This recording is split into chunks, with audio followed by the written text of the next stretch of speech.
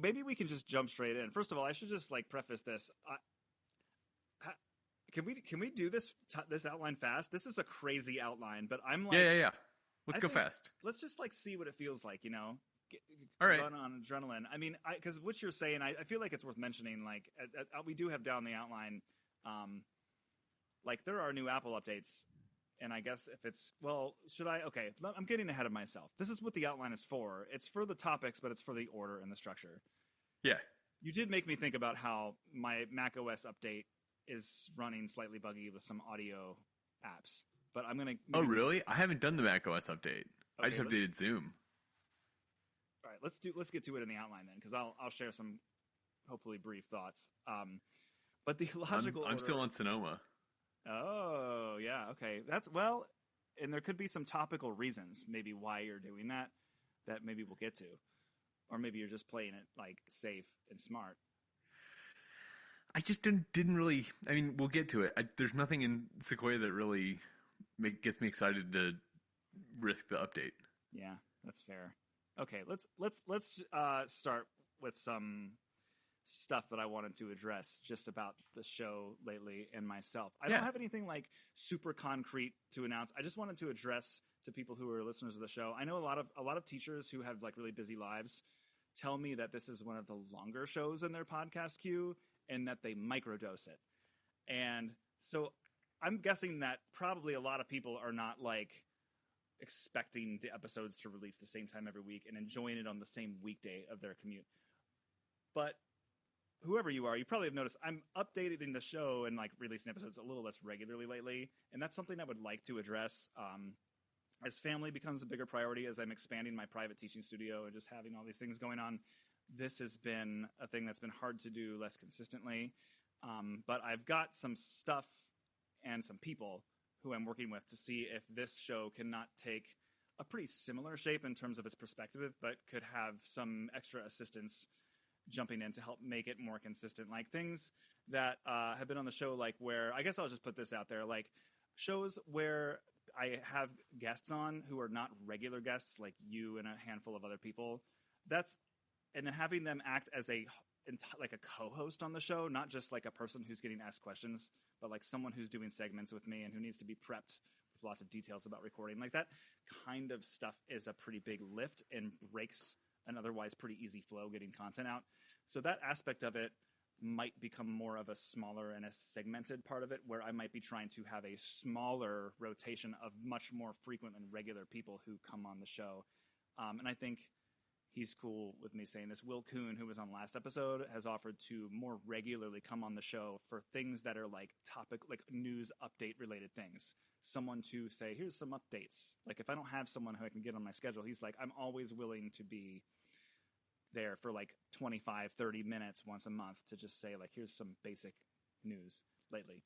So anyway, there's some people. There also Jay Mateko, who has edited the show before, is going to jump back in and edit the show. There's like lots of people who believe in the show I'm working with to help it be a little more regular. So that's that. And what I think this is going to result in, hopefully, is also a little bit more consistency of perspective, but also like some of these people are going to be able to like bring in their own connections and bring in maybe some people that otherwise would not be in my network, who might be able to give some alternative perspectives on where tech is in music education. So I don't have a rebrand or announcement or anything of that nature. I just wanted to say like some things are happening, and I'd like to be able to continue to get this thing out regularly. And if you were a listener who was like, where's my episode? Thanks for being patient with me. That's great, man. I'm glad that you've got some good stuff going on. And thank you for being a regular guest. I mean, you're someone who, for the record, you know this, it does not take any effort to record with you or prep you on how to do this show. I don't know how much you want to advertise the low-effort nature of the show. All right, maybe I'll delete that. I don't know. No, I'm just teasing you. It's totally fine. Keep it in. But yes, for what it's worth, it's a delight to get to hang out with you for a little while when we do this. And I think it's great that we can like do meaningful, helpful topics, and also just feel like we're hanging, because these are topics that are like, I mean, we're all always talking about these things and testing out new ideas and keeping generally afloat on what's happening out there. And it's nice to be able to. I think it's nice to be able to always have another person to bounce ideas off of, even though actually I'll say the solo episodes I've done are like by far the easiest to edit, even though they're just they're not as fun to do though. Well, and I think, the sorts of things that you talk about with your guests are the sorts of topics that you'd like to discuss with those people, even if you weren't recording it and sending it out to a bunch of people. I think that's what, and that shows when I listen to the program as well. So, speaking of personal stuff, I just wanted to say I'm presenting at some conferences. The Maryland Music Educators Fall In-Service Conference was last week. I had a really great time talking about digital organization. The Technology Institute for Music Education, I'm super excited. Sorry, this is like a local state thing, but I'm just excited that they're partnering with our Maryland Music Educators Association, and will now be our February conference is going to have a lot of just a beefed up technology offering for people who want to come, because time has come in and like extended their reach, and we have people from outside of state putting in proposals and coming in. So if you're in this area or for any reason want to like come check out the Maryland Music Educators Association conference in February, it should be a good time. I'm going to be presenting there as well. It should be great. I'm also presenting in Ohio in February. So if you live in Ohio and are going to go to the Music Educators Conference there, I would love to see you. I think I'm doing 4 sessions, and they're arranging everything from working with, the same digital organization topics to I'm doing my tonal energy, like teaching intonation session. And then I'm doing one about like communication and collaboration apps for music teachers, which like is going to be real fun and different, because like talking about craft and like personal knowledge management apps has been like a thing that's been done like really well at conferences. Like people light up when they see that there is like a better way than Google Docs. Where are you at on craft these days? Do you want to add this to the beginning of the outline? Craft, I'm just curious. I mean, I opened. You do your show notes in craft, and this is the first time I've opened craft since the last time I was on the program. Oh, interesting. Yeah, so I am using craft still. I'm not happy with some of the user interface tweaks they did 1.5 years, 2 years ago. They fixed a couple of my pain points, but I'm generally pretty happy with them. I don't like the block editing for text, but I still think that it's easy to make a very nice thing that you can share on the web. And the fact that I can share with a non-craft user, and I'm pretty sure they don't even need to make an account. Like they could just start commenting on it, typing in my document. Like that's crazy. Like Google Docs could never. Like that's a great thing. For the event we hosted last night, we had a local high school who has a Tri-M, like a music volunteer program where kids get credit hours.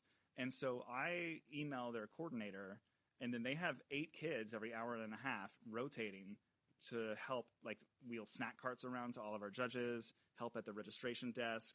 One of them just clings to me and helps me put out fires. They're really great. And what I give them is a craft document where I've put all the necessary documents at like everybody's time slot, which kids are assigned which task at which times. And then what they do is the first crew goes around and sets up all the classrooms, but they take a before picture so that the last crew can make sure that the teacher, like we don't want them to feel like we were there. We just don't want it to be a tax in the school. So it's great because they can like take photos and just like upload them right to a little area of the craft document where I've said like, here's all the before pictures for the late crew. And they can just like edit that thing and put stuff right in it. None of them had to download craft or get a craft account. That's great. So I'm using it. I'm still taking notes on students in it because I can share the notes with them. They can have more transparent data. This has got to be a later topic, but a lot of the stuff I've done with like numerical data tracking and growth-based assessment, we're working towards moving towards a more like qualitative way of providing feedback for students rather than quantitative, but that still is built on some of the same That's cool. principles. We're using our learning management software a little bit to like differentiate between even how we're assessing. Like I'm using this feature in Canvas I've never used before this year where you can like just assign 1 or 2 kids a Canvas assignment. Yeah. I just was not using that. That's been available to me. So cool. Yeah, craft. Yeah. All right, cool. No, I opened it and I was surprised to see that I couldn't see any of my like underscores or any of the other like I couldn't even type underscores to make something italic, it seemed like. So it's definitely behaving less like less like I remember. Or maybe that's just a weird thing with the web interface, because when I clicked it, it opened in the web by default. But yeah, it's definitely it's really cool. I think the thing I love about it the most is it's really hard to make something super ugly in it, and it's really easy to make something super ugly in Google Docs. And you can just turn this into a little web page, and you don't have to share it with like very technically savvy people. My studio handbook I have in GitHub Pages right now, which I don't think I would recommend to most people to use to set up a little website for anything. But Craft is perfect for that kind of thing. Yeah, that's a really good way of putting it. Yeah, I mean, every time I do not like prompt people, but when I share, and this is people of all walks of life, people who are technically savvy and not, when I share Craft documents, they say, "Oh, what is this thing that is Google Docs but nice?" Yeah, same. Yeah, and when I share a page, like as a little, finished web page and not an editable document, people find that impressive too. Like it just looks really nice.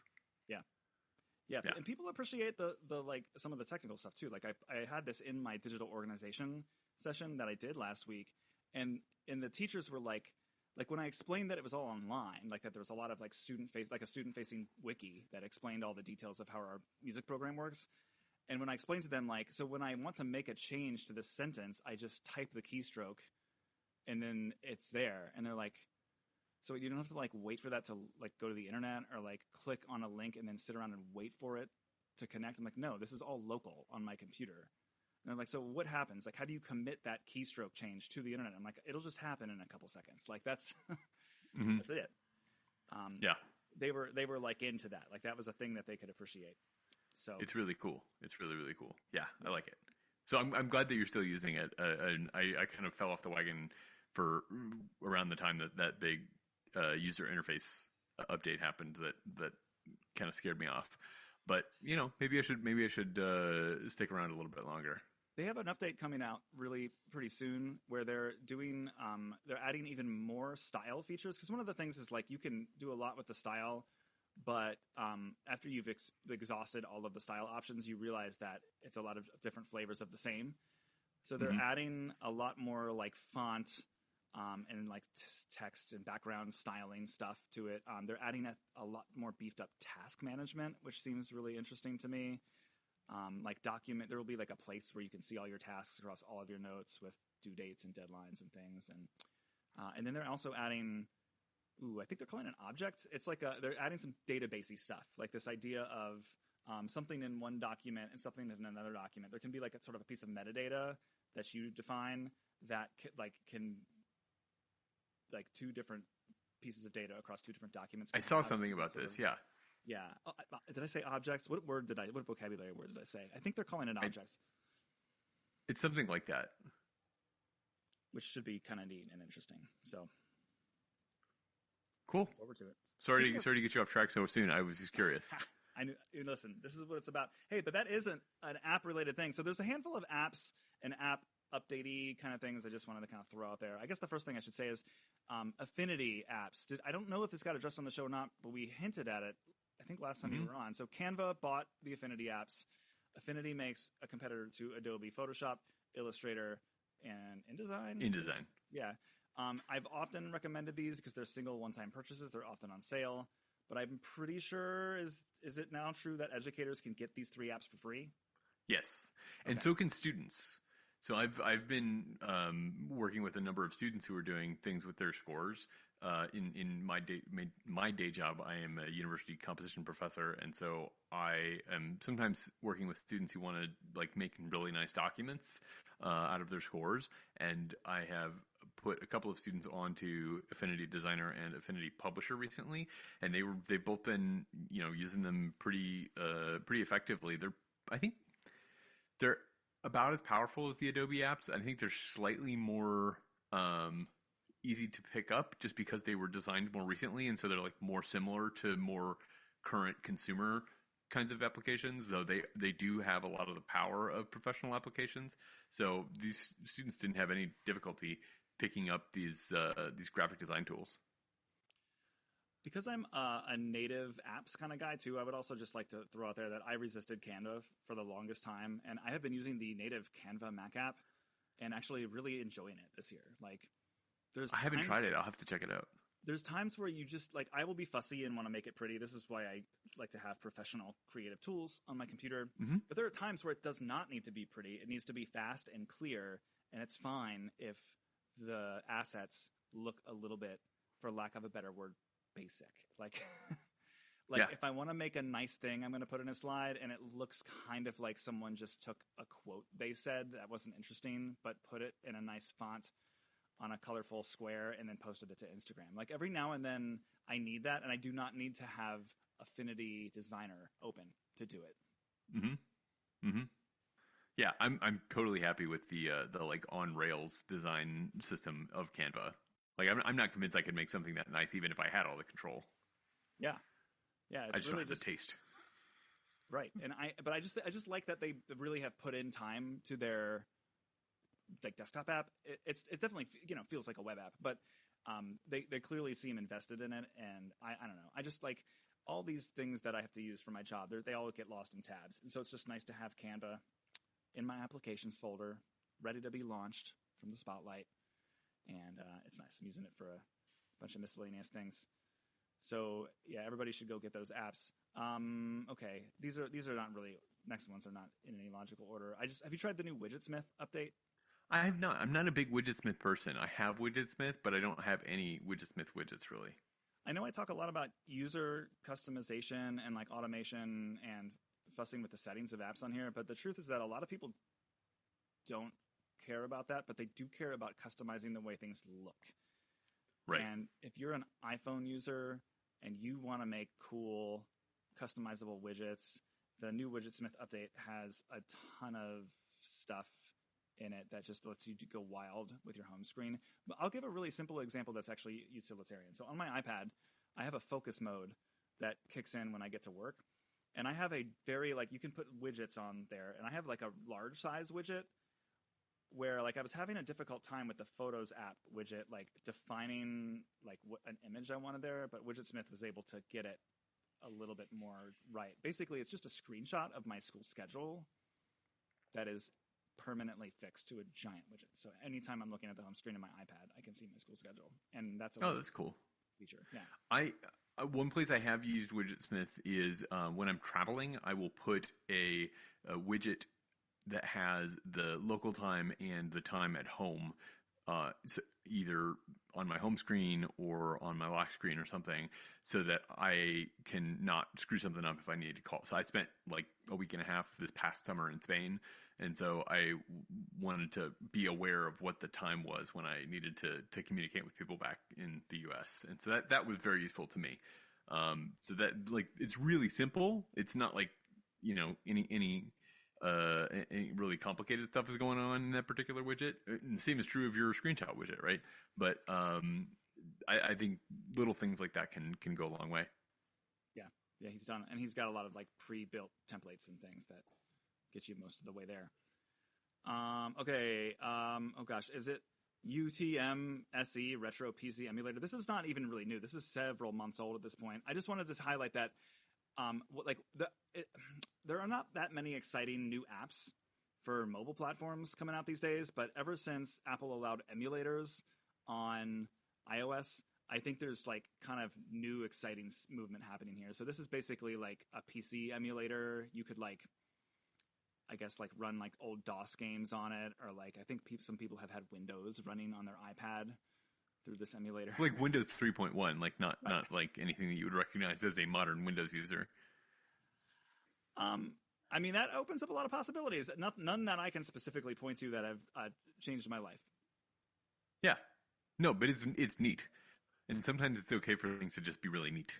It's okay for things to be neat, and it's also okay for things to be useful. And honestly, like there are definitely iPad users out there who could not previously. There's probably people out there who can now use an iPad for some like really specific area of their work that they previously needed to lug a Mac out of their bag for. Right. That's true. Okay. Are there updates to any of the Notation Central products? There are I don't remember the last time we talked about it. Notation Central is the web store that's associated with NYC Music Services and Scoring Notes and Philip Rothman. And there are a number of fonts that are always getting added to the Notation Central collection. There are productivity tools that work with, especially things that work with Stream Deck. So sometimes there are Stream Deck related updates. I don't know if there's anything really noteworthy in here. We do have Stream Deck for Sibelius now. I don't know if that ever was discussed on the program, but so Notation Express is a set of Stream Deck plugins and templates that you can use to control Sibelius or Dorico from this little hardware device called the Stream Deck, and that is a grid of buttons that has a little screen that's behind each of those buttons, and so you can see what the button is going to do when you press it. So it's a little bit like keyboard shortcuts, except you don't have to remember all the keyboard shortcuts. I think it's great for the kinds of things that you might want to do quickly, but that you don't do quite so frequently that you either remember the keyboard shortcut or would want to mess with assigning your custom keyboard shortcut just because you don't do it frequently enough that you would remember it. So we've had the Dorico one updated for a while, and the Sibelius one was updated with this new kind of technology that allows us to kind of speak directly to the application. It used to be that you'd press a button on the Stream Deck and it would emulate keyboard inputs from the regular keyboard that's plugged in. And that causes a lot of problems if you want to have customized keyboard shortcuts. You kind of can't do that along with that old system. And it also only worked with US keyboards. In the new system, it works with any keyboard and does not mess with your keyboard shortcuts at all. So it's pretty nice. I like it a lot. You can get them on Notation Central for both the, let's say, like I said, Dorico and Sibelius and Stream Deck and Stream Deck XL. So the regular Stream Deck has, I don't know, how many? Oh, I have. Sorry, it's it? sitting right here on my desk. 1, 2, 3, 4, 5. Yeah, 5. 3 rows of 5. Okay, so there's 15 keys on the regular on the regular Stream Deck, and there are 4 rows of 8. So there are 32 keys on the Stream Deck XL. And there's also the Stream Deck Plus, which I also have on my desk, but we don't have one for that. Stream Deck Plus has 8 keys and 4 knobs. Yeah.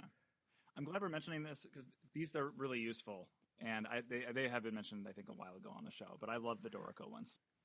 And if you don't have hardware or don't want to have hardware or don't want to if you're like a mobile user, you're on your laptop a lot and you don't want to have another piece of gear to lug around with you, there is a recently updated and pretty good Stream Deck mobile app for iOS and Android that you can actually kind of make your own virtual Stream Deck templates for, and these can be really big. You can actually have more buttons, more virtual buttons on an iPad screen if you have a big iPad especially, than you can on any of the hardware Stream Decks, and they're pretty good. It is, unfortunately, yet another software subscription to use the Stream Deck with more than, I think, like 6 keys on it, but I think it's a pretty reasonably priced subscription as subscriptions go, and if you're going to use it a lot, then it's worth it. And I think that's true of any subscription. Like if you're actually using it all the time and getting value from it, then subscriptions are fine with me. Well, just a great use case of that mobile app too.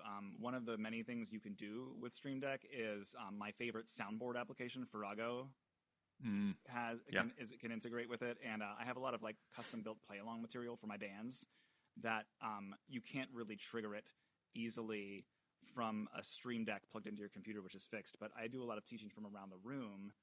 Sorry, I should have said that first. When I'm around the room and not at my command station at the front of the room, I can use the mobile iPad app, carry it around with me, and trigger all of my like play along tracks from anywhere in space. That's pretty cool. Yeah. I will say, while we're talking about the Notation Central storefront, there is one thing that I don't know how often this kind of thing comes up on your program, but there are a lot of very cool fonts that are here. And some of them I think could potentially be useful to people who are just making like kind of handouts or graphics or something for students. There's a little font that has a way of typing in fretboard diagrams for guitar. There's, one that lets you kind of put together little piano keyboard diagram kinds of things. There's a bunch of small things like that in the fonts section, and they're mostly pretty reasonably priced. The really costly fonts are the ones that are a lot more involved, and most people probably don't need, like, to replace the default font in Dorico or Sibelius or something like that. But these other fonts I'm talking about, like the one to do a little piano keyboard diagram, is $15. And so I think that's, pretty reasonable for what it is. It's a really useful way to do that kind of thing, right? Other than like making a custom graphic, every time you just need to have a little mini keyboard with a dot on a key or something. Exactly. There's one that I use a lot is Museglyphs by Dan Kreider, and its suggested price $10. It's based on the default font from Dorico called Bravura, and it will let you, if you just want to like type a key signature on a simple short staff, or if you want to type a time signature in a handout that looks like a time signature and doesn't have a slash in the middle of it or something like that, you can use Museglyphs to do that, which is really great. I know I always find that when I type handouts for students that have like 2/4 for 2/4 time, when then they write something in 2/4 time, they'll put a line in between the 2 and the 4 on the staff, which is obviously incorrect. But I think they're seeing me kind of model it in a handout when I type 2/4. Yeah, I'm just checking this out here. There's also a Stream Deck profile for Logic Pro on here. Yeah, there's a new thing that I think they're like reselling a Logic Pro and maybe a Cubase Steam Deck profile, and I don't know. I think those work by sending MIDI messages, because Logic can accept MIDI messages, and you have to define what they are from what devices. So those are pretty cool too. That's awesome. I haven't used them personally, but I have seen people use them, and they look very cool. Very, very cool. Well, speaking of the Scoring Notes enterprise, of course, I asked you because you are co-host on that podcast and associated with the website and know those things. I never shared this, I don't think, on my blog or anywhere, but this is like, how old is this episode I put here in the outline? I just wanted to say I'm featured on an episode of Scoring Notes from like over a year ago now at this point. Y'all put some of I did like a Q&A, and you put some of my questions in there, and I appreciate that. And I gave very thoughtful answers. It was actually an education Q&A episode, and there were a lot of really relevant education topics that I think people should. I think everything y'all said in that episode is certainly still relevant today, but I was appreciative that you addressed some of my questions, because I thought they were a little bit out there, but then I guess it turns out that a couple other listeners had some similarly spirited questions. Yeah. If folks think the kind of conversation that Robbie and I are having right now is interesting, then definitely check out this episode of Scoring Notes. And this is from last year. We did a kind of call for listener questions, and Robbie sent us a bunch, and we had a number of listener questions from teachers and educators from a lot of different disciplines in music, and so we spent an episode answering those questions. It was a lot of fun. More on score editors in a minute. Yay! I tried on an Apple Vision Pro again. Whoa! I still haven't even seen one in person. Well, I actually do know two people who own one, and one of them is 15 minutes from my house, and actually got a job working for a company who makes a chat app for Vision Pro. Is like now like living in virtual reality like 12 hours a day, and like 7 or 6 or so of those hours are like working for this company, like on things. It's very interesting, and an example of. This is clearly like an edge case, right? Like this is a person so passionate about the platform. I mean, these people are out there. There are not a lot of them. In fact, it's probably very rare that I know someone who's also like not a person who would otherwise be like really steeped in like the Apple ecosystem or like the development platform, because this thing is certainly something you would have if you wanted to develop software for it. Anyway, I went over to her house and I wore this thing, and it was interesting to try it in the comfort of a person's home where I could poke around more. And I just wanted to say, yeah, because Will was on for the last episode, and he was sharing all of his Vision Pro experiences. He is the other one person of the two that I know who has this thing. And I mean, his whole thing is like, he says there's some very cool iPad apps that are for music that you can put on it, and some very cool and new experiences you can't get anywhere else. But it's basically like having like a theme park in your house. It's like that, you know, it remains my take on it anyway from that episode. But like, as far as the computer goes, and like just trying to like poke around in mail and notes, and like, she was very generous. She was like letting me like scroll around her photo roll and just like drag and drop things and do all sorts of stuff. Not to like be negative, but I kind of was just like doing that. I was just like, I don't know, this is. It wasn't even the experience. I think that the tech is cool. I just like, to me, it's the pass through. To me, like, wearing it in a real person's house and not an Apple store, I was just like, man, this really doesn't look good. Like, this is supposedly by far the best looking one. And I think the pass through is just kind of not acceptable for what I would want. It's different when you go into one of those environments where you're like in the mountains. Like, that looks really sharp. Right. When you do that.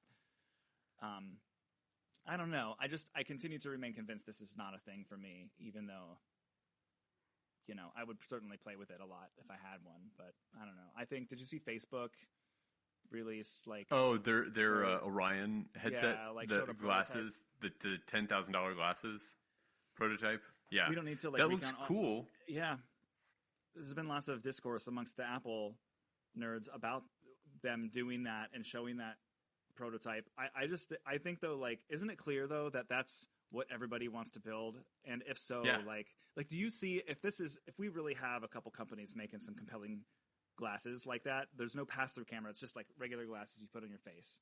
Do you really think that in like 10, 15, 20 years into that platform being a thing, that companies like Apple are going to still be making virtual reality headsets?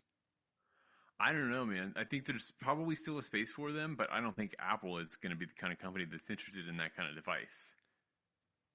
It seems It seems like that is when we can do something that just looks like glasses and puts up images in front of you that are placed perfectly in the real world, that the completely closed off virtual reality headset like a Vision Pro that we have now, those are probably still going to exist, because I think there's never going to be a time in which the thing that fits into regular glasses frames is going to be as good as the thing that's in a big cover your face kind of thing, in the same way that like we have laptops now, and for most people the laptop is a better option than a desktop computer, but there are still people who use desktop computers because there's always going to be some stuff that is either kind of annoying to do or impossible to do with a smaller computer.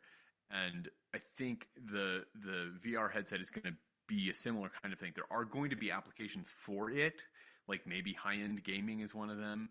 But I think for most people, and that's the kind of customer that Apple would want to address, I think, in most cases anyway, for most people, that's going to be something that looks more like the Orion glasses that Meta showed off, or even the Meta Ray-Bans that currently exist that you can buy. And they're only like $350. There's no display. They do have audio and they have cameras, but you know, it's a connected device that connects to your phone and can do stuff for $350, and they look just like pretty much just Ray-Ban Wayfarer glasses. And so I think we're getting close to something that can be useful as glasses right now, something that can be useful as like glasses technology, even if we're still pretty far away from an augmented reality thing that is like the Meta Orion that we were talking about. And if you're having trouble imagining what we're talking about, definitely look on YouTube for videos of people demoing these things. They look really kind of big and chunky. I think I heard someone describe them as the kinds of glasses that if you've seen Schitt's Creek, you might imagine David Rosen wearing, like big, like stylish kind of chunky glasses.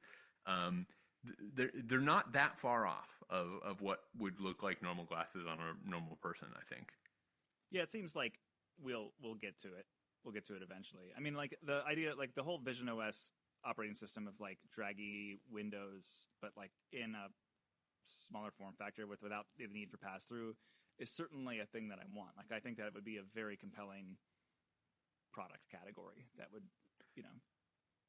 I'm always concerned because I wear like corrective lenses glasses, and I don't know what that is going to mean if it costs, $10,000 to make these very, very, very special glasses right now.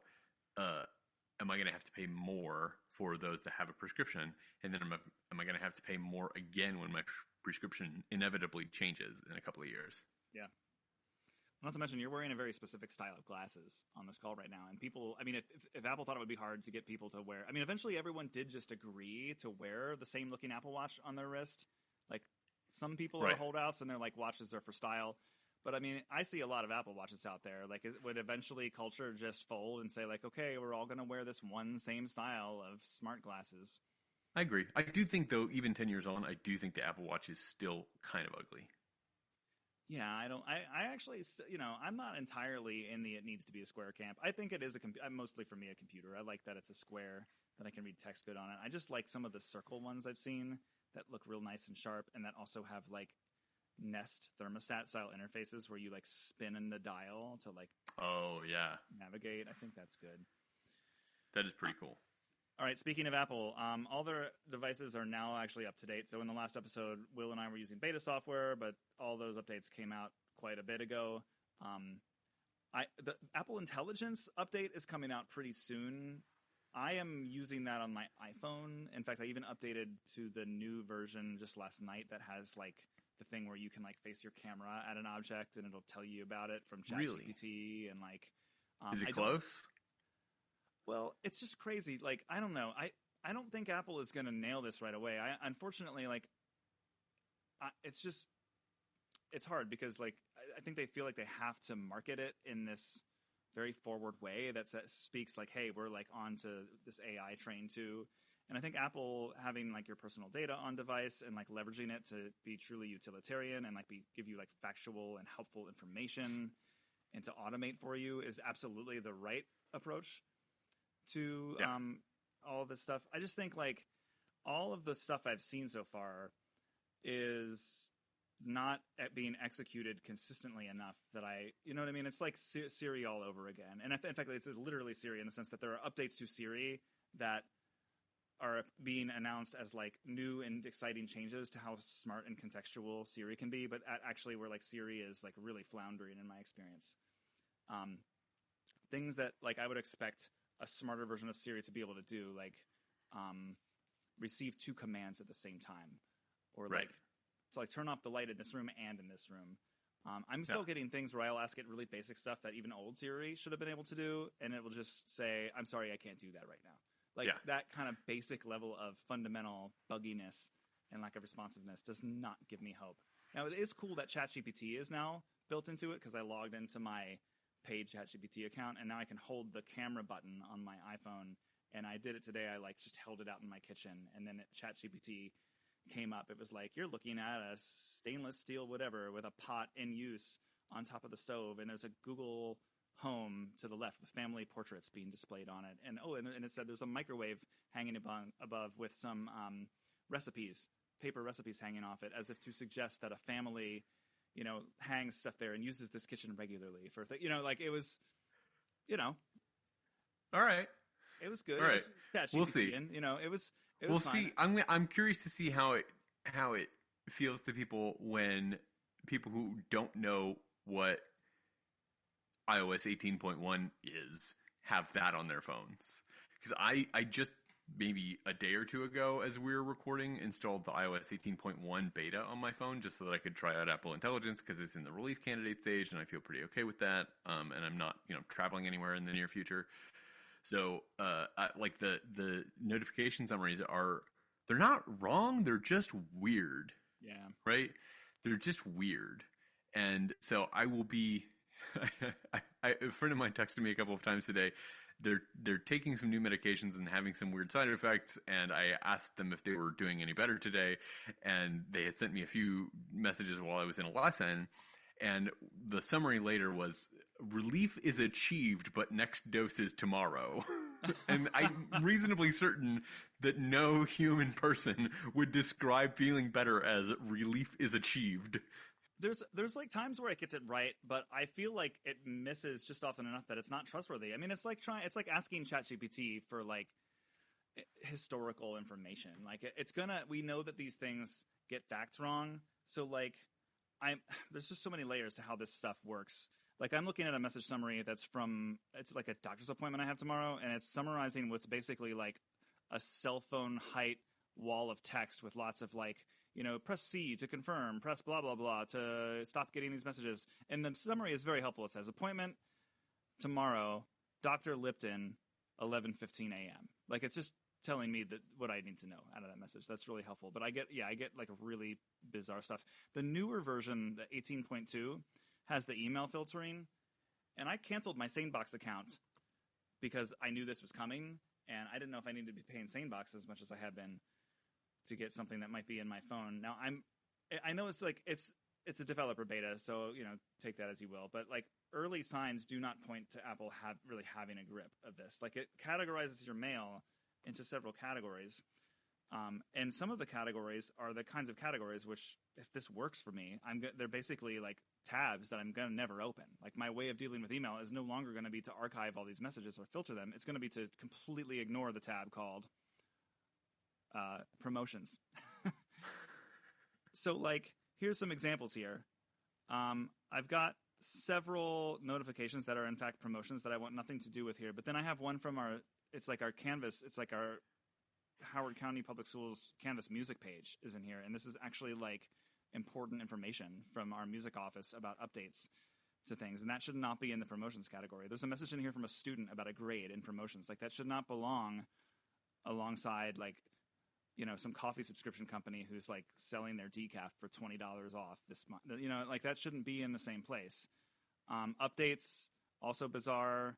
There's also like some students in here asking me about grades. Like that to me is primary. I don't know. It doesn't seem like it has it smart, but even like similar, I don't know what contents of the message it's using, because like I have messages from students both showing up in the updates and in the promotions category. It seems like it'll show up in promotions if the student mentions a percentage of their grade. So like, how do I improve my 70% grade?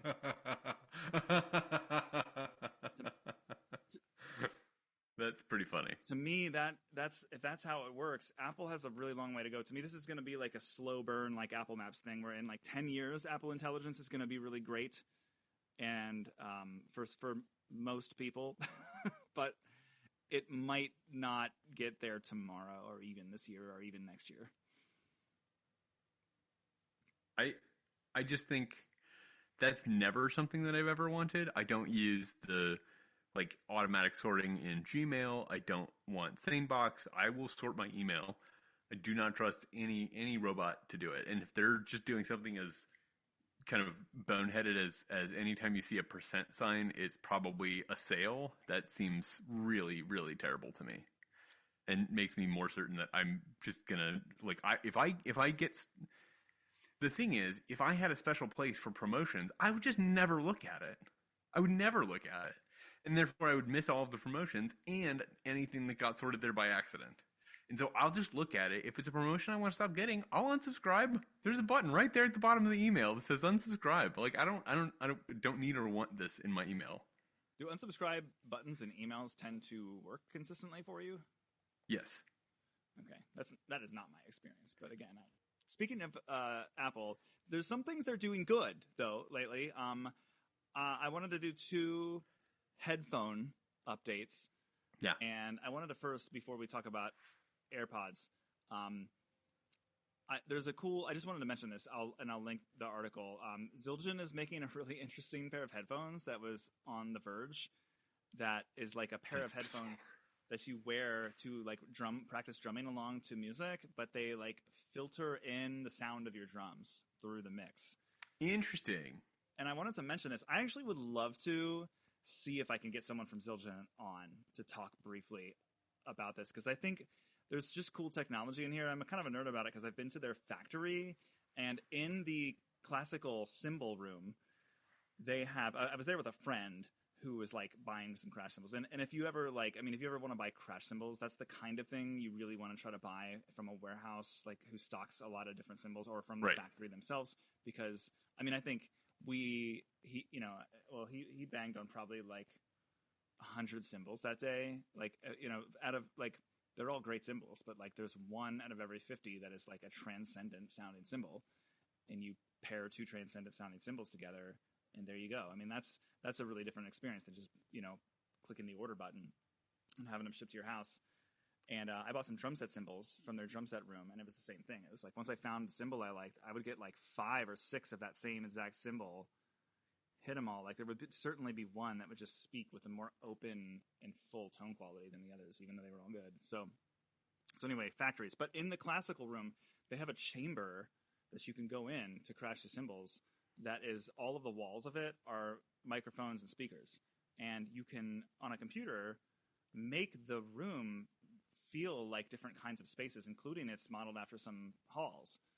Mm-hmm. So you can like make it sound like a recital hall, or like this. I forget what actual like bigger concert halls they had like done some algorithms to do, but basically the mics are receiving the cymbal input and then playing them back to you with a little bit of reverb. And I'm just curious, like, is that the same technology in the headphones? I have no idea who would buy these. They seem really cool and fun. Right. That is pretty cool. I mean, that sounds just like pretty standard convolution reverb, but applied in a very specific way to a space is pretty cool. Yeah. That's cool. I dig it. So AirPod Pro 2s have, in the coming days, some new hearing features. They are officially an FDA-approved hearing aid, hearing protection over-the-counter source. hearing aid. Over-the-counter hearing aid. Yeah. Hearing protection, so like, earplugs, and also can do a hearing test. And these 3 features are distinct but related in the sense that, like, I've worn my AirPod Pro 2s and put them in noise canceling mode, some loud environments before, and I am assured that I'm getting some amount of hearing protection because they're completely filling my ears.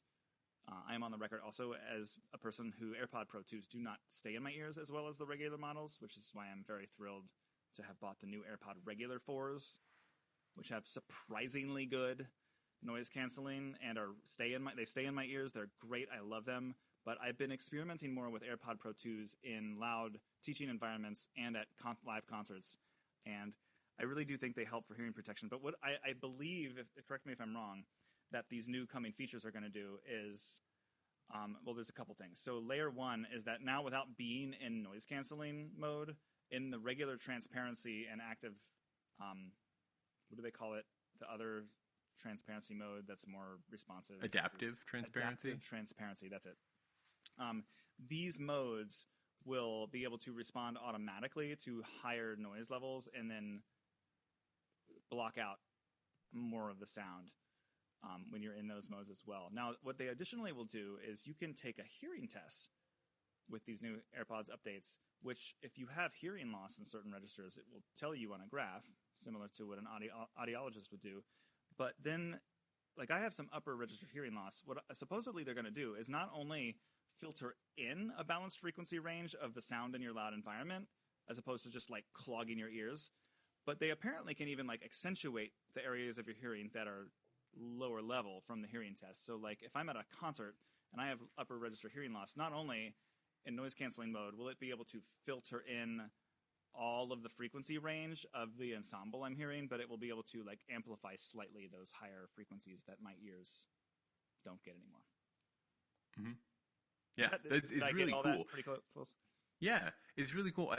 I'm very curious if this is going to mean that like there will be people who in the United States will be able to buy AirPods Pro 2s with health insurance. Like, can I spend my FSA money on a pair of Apple headphones? Because that would be pretty cool.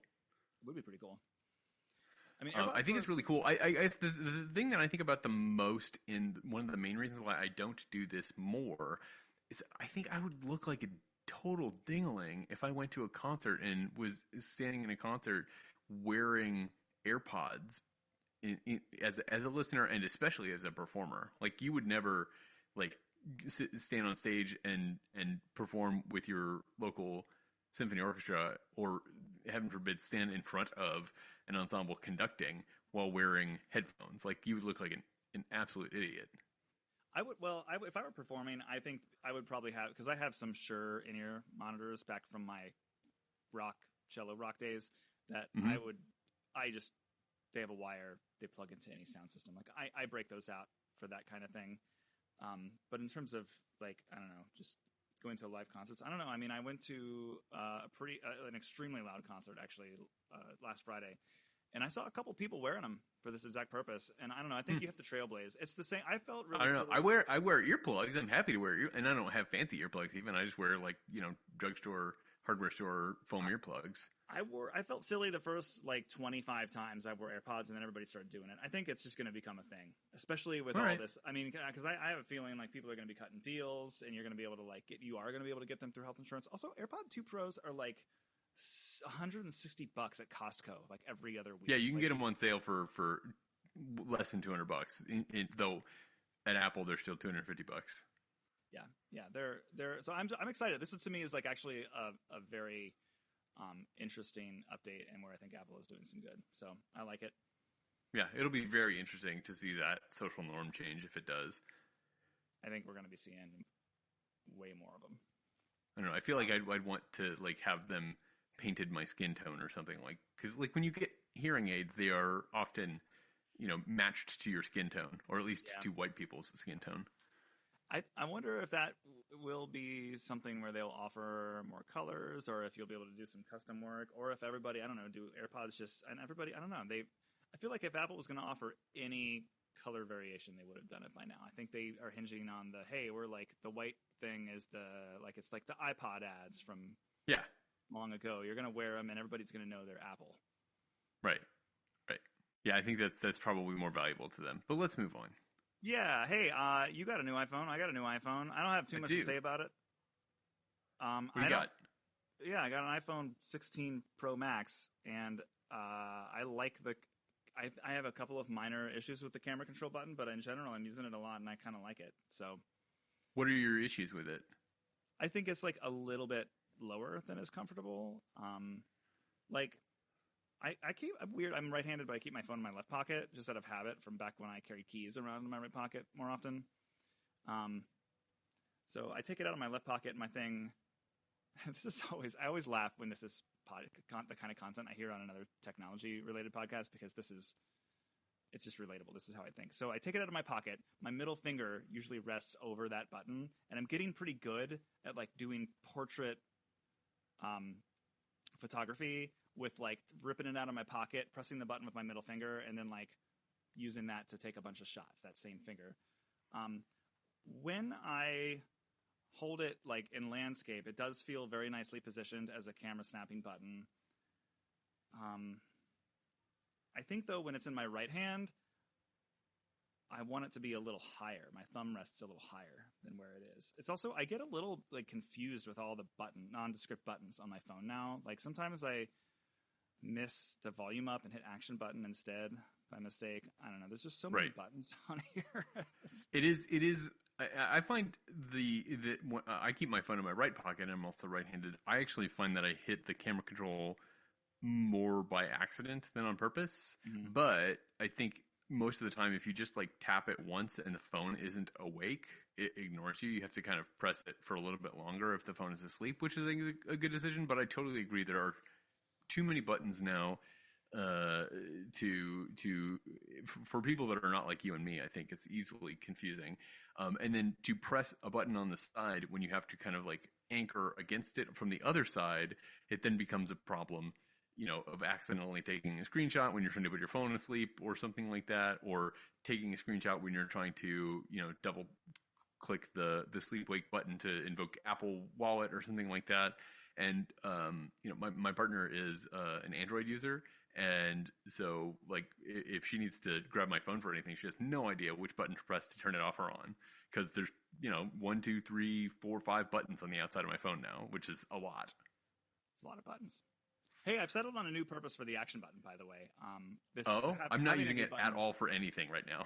I almost never do. In fact, for a while, I was just like, you know what I could just use it for? A mute switch. And so I did. But now what I've got it doing, and this is actually working pretty well, is sometimes my left hand wants to, like, I don't have a free hand. I need to pause or play audio. So now, and I can do that through the pocket of the pants. So I now have it set to play pause audio, and that has proven to be actually a pretty useful thing that I'm using. That's pretty good. Yeah. For a little while, I had it set to open a ChatGPT voice chat. I loved the idea of that, but like the fact that you have to unlock the phone with your face to do it meant that it was never useful. There was always a step or two in my way. Yeah. All right, big topic? Big topic time. Yeah. Okay, yeah. All of that was just the intro to the episode. And we've been recording for 3 hours, but this has now been edited down to a tight 40 minutes. I feel like the dust has settled. So this is a topic I wanted to cover much sooner, but I actually appreciate that the dust has settled a little bit. I think we can do this fairly fast. Like, finale is over. I don't know. There's a reason I wanted you to be on. Do you want to do this? Do you want to like do the stats and facts? Sure, I can do this. So the short version is the finale announced with very little warning. I think they didn't give people any warning at all if they were still planning to buy a finale, which was a little bit frustrating for a lot of people I know. But Finale Make Music announced the finale was no longer going to be developed, and they were encouraging everyone to adopt Dorico by Steinberg. They gave people a window for when Finale license servers would be turned off, or would be no longer possible, or at least no longer easy to activate Finale on a new computer. And they were offering a pretty good deal to switch to Dorico. They've updated the terms of the deal a little bit. They've updated the duration for the Finale activation servers due to a lot of feedback from Finale users. But basically the deal is for, I think, $150. If you are currently a Finale license holder of any Finale license that Make Music has any record of, you can pay $150. They will give you, if you don't already have it, Finale 27, the current version of Finale, and what will be the last version of Finale, and a license to Dorico Pro 5. That's cool for a few different reasons. Finale, over the last couple of updates, has been more and more focused on the new technology standards around music fonts and music interchange formats. So music fonts, Smoofle, and music interchange formats, Music XML, means that it certainly is not going to be error-free, but it will be slightly nicer to transition a Finale file to another software because it is using a more up-to-date, more standard version of Music XML. And users are, I think, mostly going to either Dorico or Sibelius. There are a lot of salty former Finale users, and I totally get it. I don't want to like dance on Finale's grave. I do think it's something that people who watch this space have seen coming for a long time. I don't think anybody outside of Finale saw it coming quite so soon. I was thinking maybe 3 or 4 or 5 more years than this, but you know, sometimes it's time to fish or cut bait, and Finale or Make Music, I suppose, cut bait. And you know, there was a lot of you know, there's a lot of a grieving process, I would say, that Finale users went through and have gone through, and I totally get it. If you told me that I could not use one of the software tools that I rely on every day to do my job, I would be pretty upset about it. If you told me that I could no longer use Mac OS or Dorico or whatever else, I would be pretty upset. And then there was a lot of that kind of anger got redirected very quickly, especially to Dorico, but also to some extent to Finale, or to MuseScore and to Sibelius, just because these people were frustrated. They were having to learn a new thing that didn't behave the way Finale did. And so if you are in this situation, or even if you're not, you might want to check out a couple of the Discover Dorico live streams that John Barron on the Steinberg Dorico team does on a monthly basis. They did a few extra ones in the last couple of months, and they did some specifically for Finale users making the transition. And if you want to see some salty internet comment message threads Just look at the live comment thread for these Discover Dorco live streams.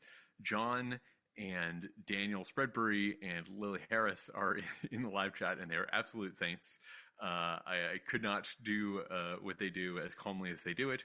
But it's been a really interesting time to watch this space. I will say, just kind of as an explanation from Make Music's perspective, and we had a long conversation on scoring notes. If you want to hear more of my thoughts about this, definitely check out the episode of Scoring Notes that we did on Finale's Finale with Jason Lafredo of Conquering Finale.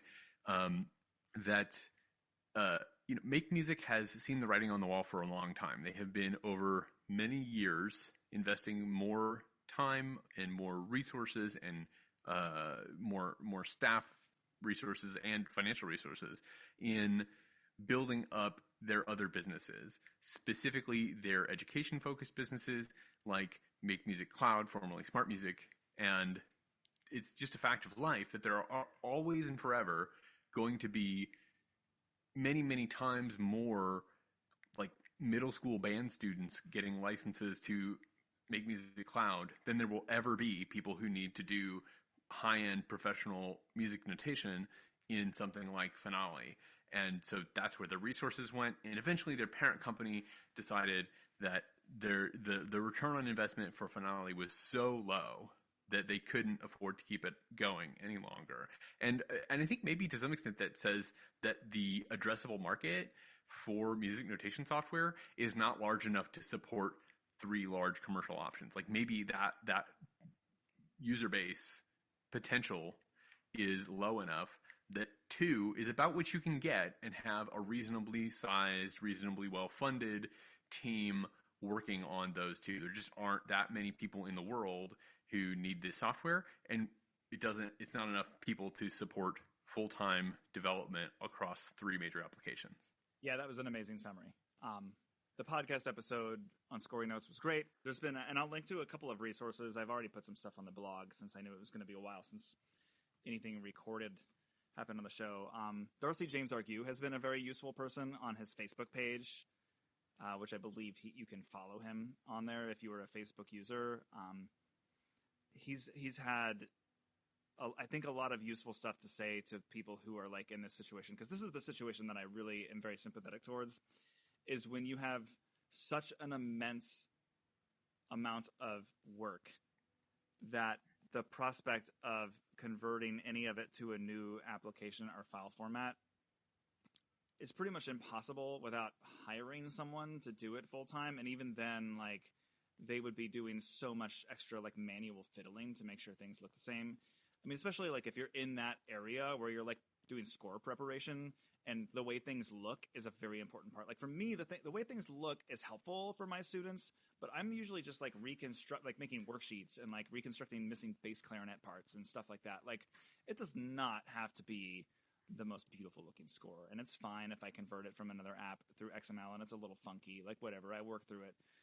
But I just don't have like that much work. So like, I really sympathize with that. And he's had a lot of like really very thorough, I mean, like here's like get your backup Mac, have a working version of Mac OS and Finale permanently installed on there, disconnected from the internet with a backup key, a backup install file, all of your projects locally, not in the cloud, stored to the device, for as long as you can. And then maybe have like a more primary working machine where you're like willing to like break stuff a little bit, but where you still are not like updating macOS updates. Because to my knowledge, Finale does not work on the most recent version of macOS. I don't think it is updated. I think people are using it without too much difficulty on Sequoia, though I would not trust it for a long-term solution. If you are planning to continue using Finale for a long time, then the best thing to do is to not update your operating system. Now, that's only going to take you so far, and obviously operating system updates are important for a lot of things, not just whether Finale works, but also the general stability and security, especially of your system. So I don't know how sustainable that is, but at least in the short term, definitely keep using Finale and don't update your operating system. I think when I was talking to Jason Lafredo for that episode of Scoring Notes that we mentioned earlier, Jason is a longtime music theater preparer. He does other stuff too, but he's, I think, best known for his work in music theater, score preparation, and being a music theater director on Broadway.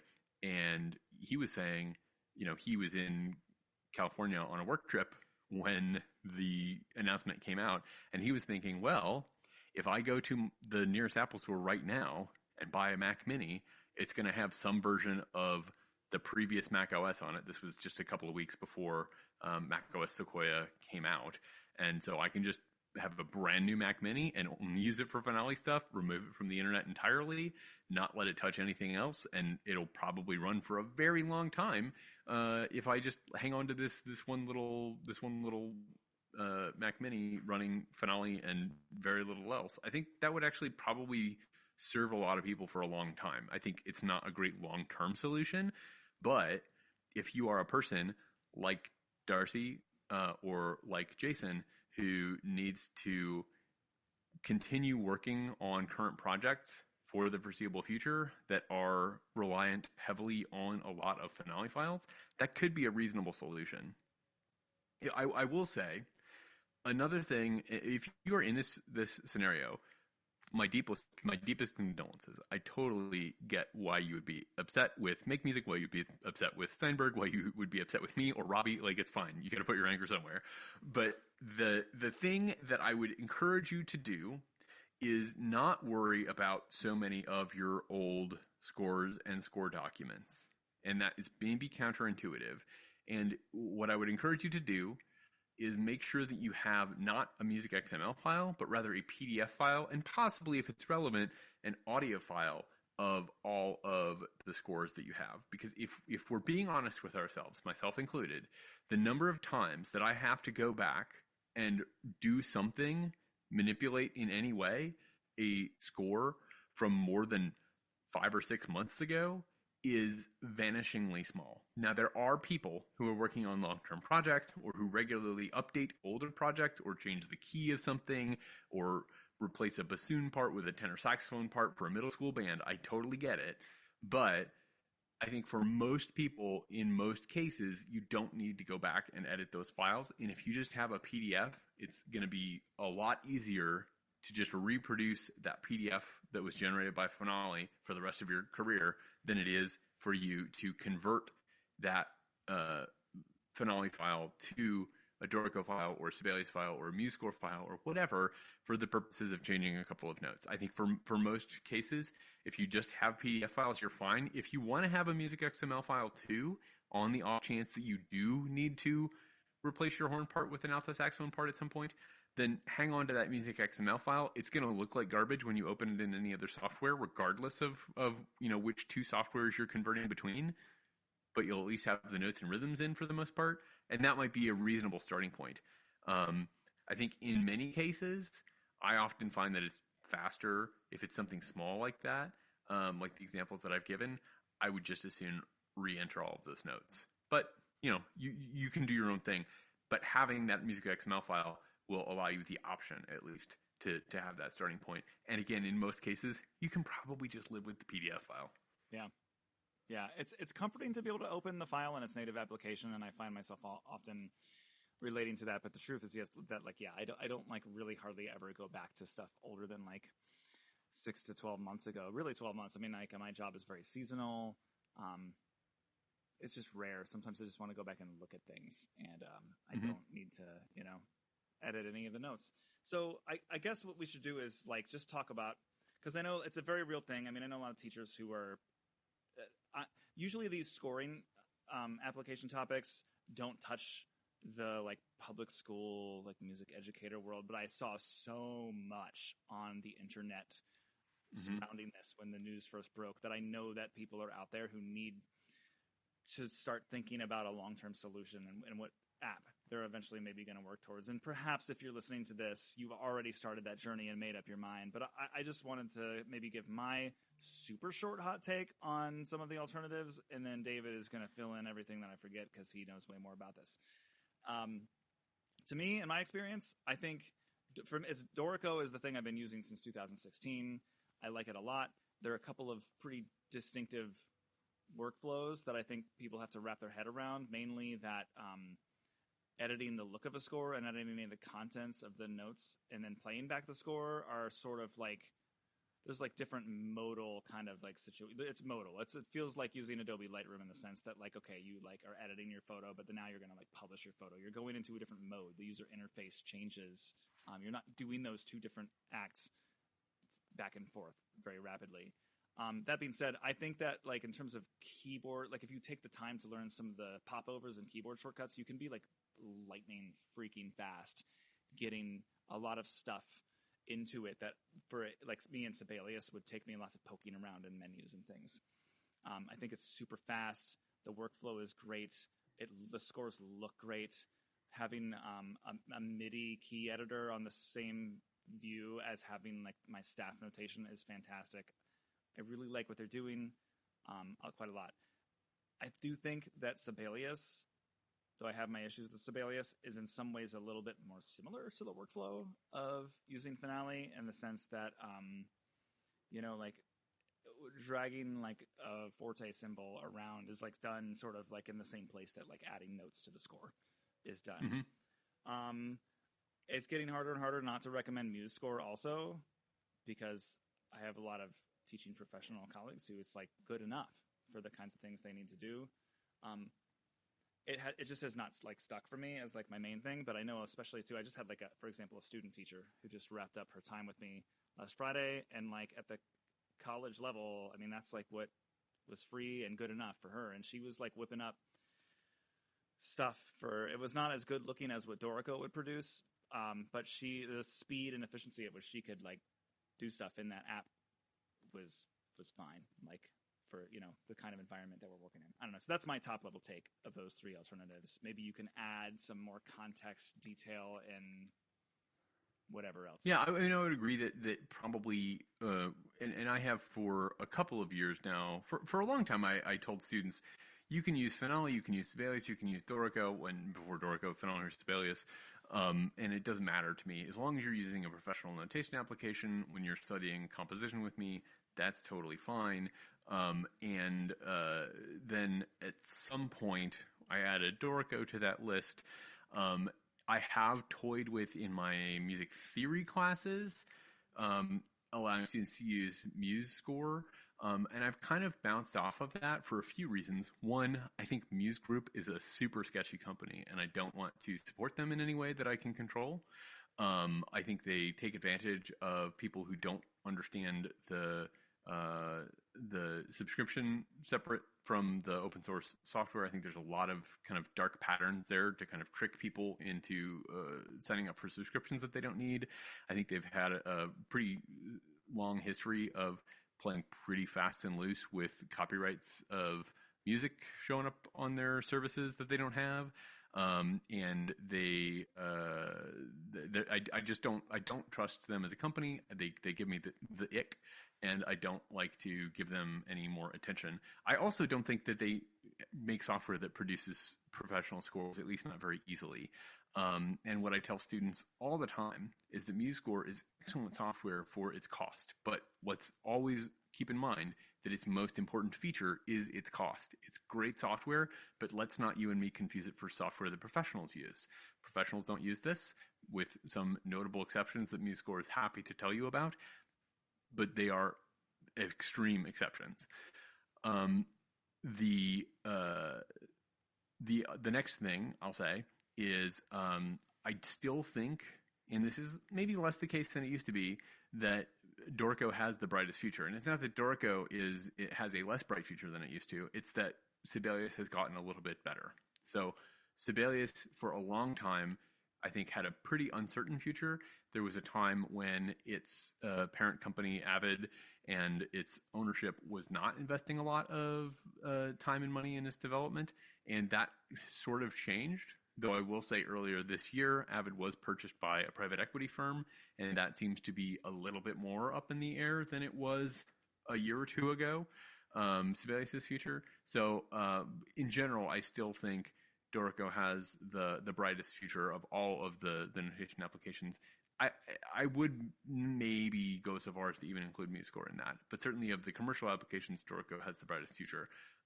There are some other applications, some smaller user-based applications that I think are certainly worth people's time, but maybe not something that we should think of as a drop-in replacement for any of the other applications that we've talked about so far. I'm thinking about things like NoteFlight or Flat, which are web-based, or StaffPad, which is its own kind of category of notation / DAW kind of thing. But in general, I'm still going to continue recommending Dorico. And for the last couple of years, I've tried more kind of directly to steer students toward Dorico, especially this year after Finale's folding. I will say, when I see students coming in, I have over the last few years seen fewer and fewer students who come in with any Finale experience. I see lots of students coming in with MuseScore experience from their high schools, or NoteFlight or Flat experience from their high schools. And I will say the place where I see Finale students coming into college for the first time is very frequently the sons and daughters of middle school and high school band directors. And that's pretty much the only Finale users that I regularly encounter. Sibelius is still good. I still have a Sibelius license. I still pay for Sibelius every year. But I do enjoy the workflow in Dorico a lot more. I think I spend less time fiddling with details in Dorico than I did in Sibelius. I think the defaults in Dorico are much better. The defaults for laying out spacing things horizontally and vertically is much better in Dorico. I spend a lot less time fiddling with part layouts in Dorico compared to Sibelius, but they're both great software and are both used professionally all the time in a lot of different circumstances. I will say, perhaps in conclusion here, if you are one of these recently left high and dry Finale users, a Finale refugee, as I've been calling them in class, and you're like really struggling, there are a lot of people who are happy to help you. The Dorico family is very welcoming. We're a little bit cult-like, but we're very welcoming. And there are great places to get help in the official Steinberg forums, on the official Dorico Facebook page if you're a Facebook user. And you are more than welcome to reach out to me directly. Since Finale closed up shop, I've given a couple of online like one-on-one lessons in Dorico to people. And if you have just any one-off questions, I'm happy to answer those as well. And I imagine there are a lot of other Dorico users who would also be happy to help you out with that. The message board is so helpful. I've asked some very obscure questions that have been answered like within minutes by Daniel himself. Jump in there. And your comment on it being a bright future is really important, because I know those of you who are teachers, especially, like a lot of you who are very upset. I don't know how much work you have in Finale, but I know that what I hear from a lot of teachers is a frustration with having to learn a new thing is like really more like the showstopper. And since it's like a decision might be before you where you're going to have to learn a new thing, I think learning a thing where you're least likely to have to again in your career learn another thing is really important.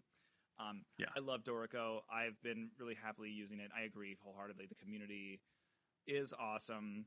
The app is lightning fast. It's gorgeous. And I think like fiddling with the score, there's something to that. I'm in an era of software right now where I'm using apps that are just better at like getting good defaults, like where I'm not fussing around with power usery stuff. I'm just like getting the best possible results with the least amount of time spent. And I'm really enjoying that part of my life. I'll also say that once you get Dorico's licensed and up and running, you never have to, I don't have any issues fiddling with like licensing. Like I know the Avid licensing thing has always given me trouble, that little thing that runs up in your menu bar. And sometimes I can't like launch Sibelius because of one reason or another. And I have to go to the user forums and figure out what it is. Or I'm struggling to renew my support contract right now to have updates for the next year. That's another kettle of fish. But and another thing that I think is worth noting about Dorico is and this is something I was just talking to students about since Finale shut down. In Sibelius Land, you get a student or an educator discount, and you have to pay annually for that subscription or for the support to continue getting updates. It's basically the same as a subscription, but if you have that perpetual license and you stop paying, you'll continue to be able to use the software that you have. You just won't get any updates for it. And the thing that's important to my students about that is that the minute that they graduate, then they immediately have to start paying this other annual fee that's literally twice as much. So it's currently, if you're an educator, $99 a year for Sibelius Ultimate. And if you're subscribing to that, the very next year that you're no longer a college student or that you're no longer an educator, you have to pay $199 a year. And that's a lot more. And, if there's one thing that college students and recent college graduates are well known for, it's not having a lot of disposable income. And the thing that is nice about Dorico, among many things, is that, first of all, if you buy Dorico Elements, which is their middle tier version, and then you want to later move up to Dorico Pro, you can just pay the difference. There's not a similar track in Sibelius. If you are on Sibelius Artist, which is their middle tier, and you want to move up to Sibelius Ultimate, you have to pay from the beginning the same as you would pay if you had never had any version of Sibelius before. And the other thing is, because of Sibelius's support contract pricing, your price will go up after you graduate or after you are no longer an educator.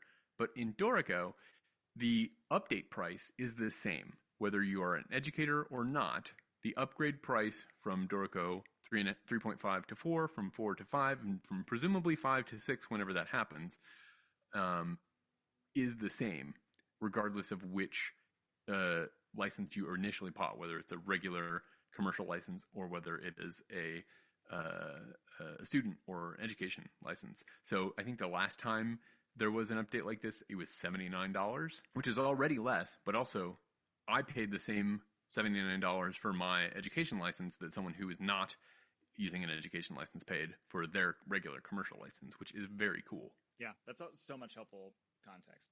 I think we covered it sufficiently. Yeah, let's do some fun stuff. Shoot one of us an email if you have follow-up, but probably David.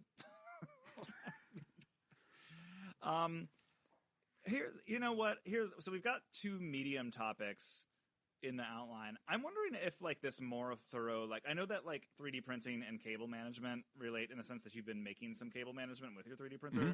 But I'm wondering if we do another holiday gift guide episode later this year, if it makes sense to center it more on physical stuff than I have done in the past. I'm wondering if because I'm just looking at the time here and thinking I don't know if you have time to make over the underside of my desk and convince me to buy a 3D printer. So here's why we should talk about 3D printers.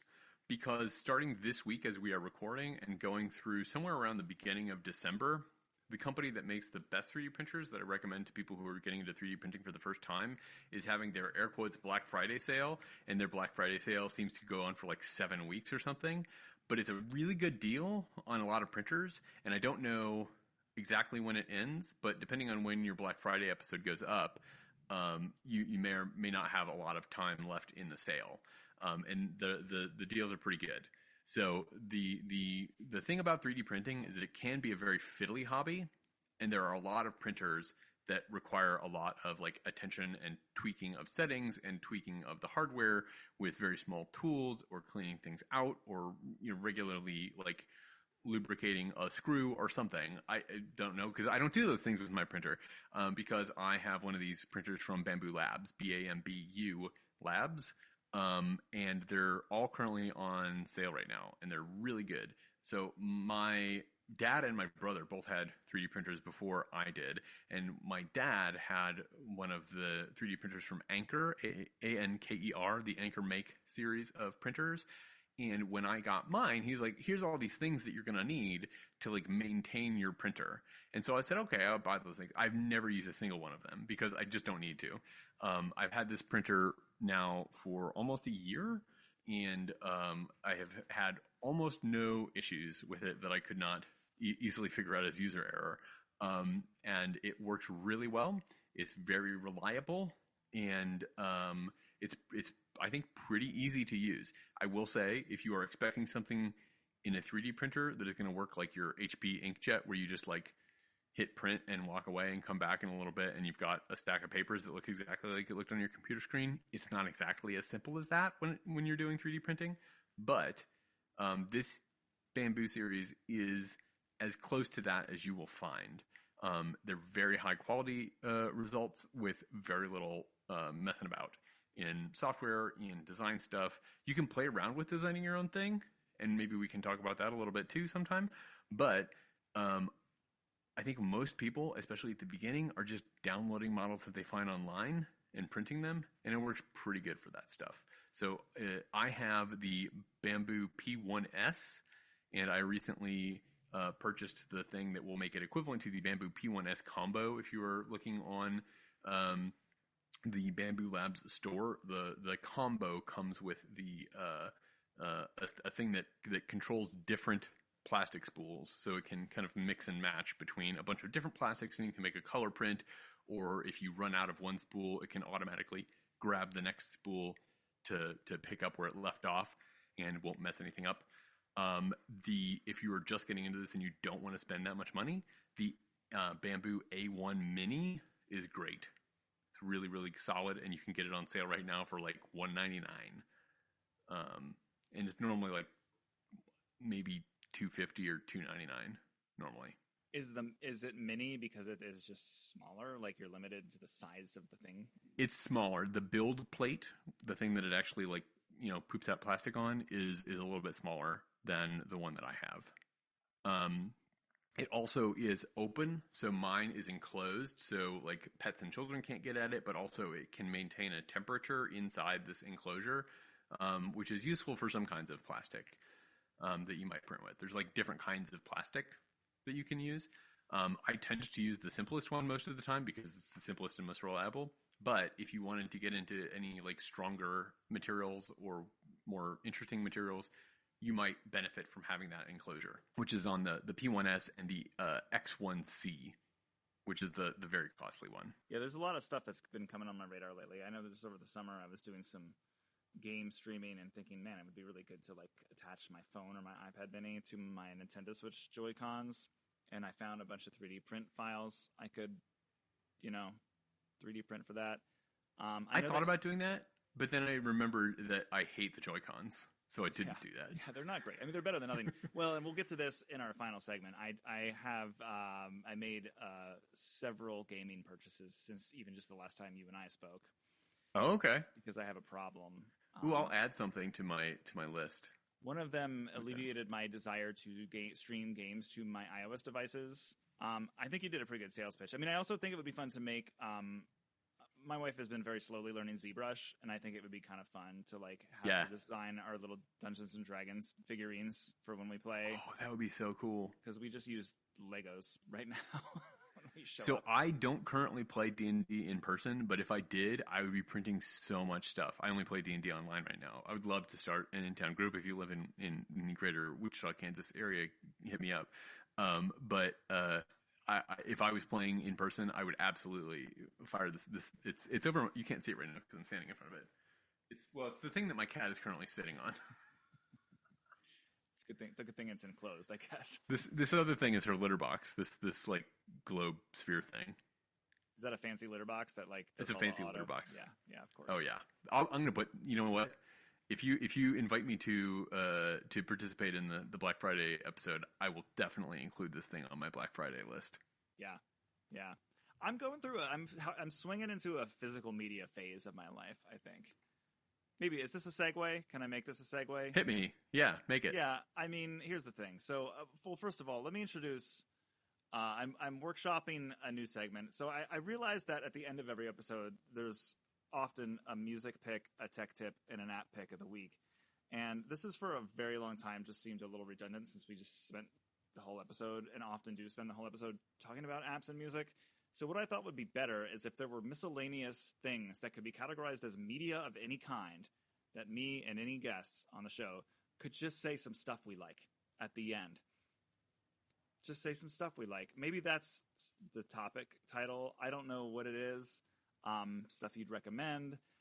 I do have a couple of pieces of software on here, but I did want to say, like, I'm as a software boy, I love my apps. I love my downloading games and, to my Nintendo Switch from the internet in my streaming TV services and such. But like, I'm just finding that there's a lot of room to hold beautiful physical objects.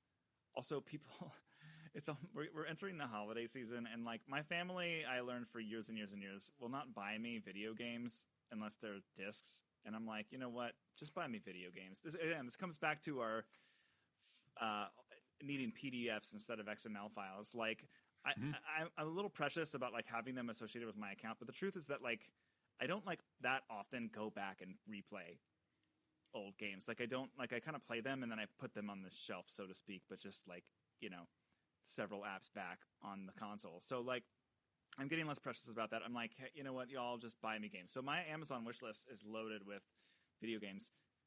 You listeners, you want to buy me something? Go to my Amazon wish list. I'm embracing physical media. There it is. So people do this. They put their Amazon wish list places. Should I just have that? If I just put like my Venmo and my Cash App handle and my Amazon wish list and my email signature and on my social profiles, would like every 5 years would like some person I've never met like buy me something? I don't know. Is that a... So I have a website, a single serving site that has my Venmo account on it, and I get $20 about once every 3 or 4 years. What site is that on?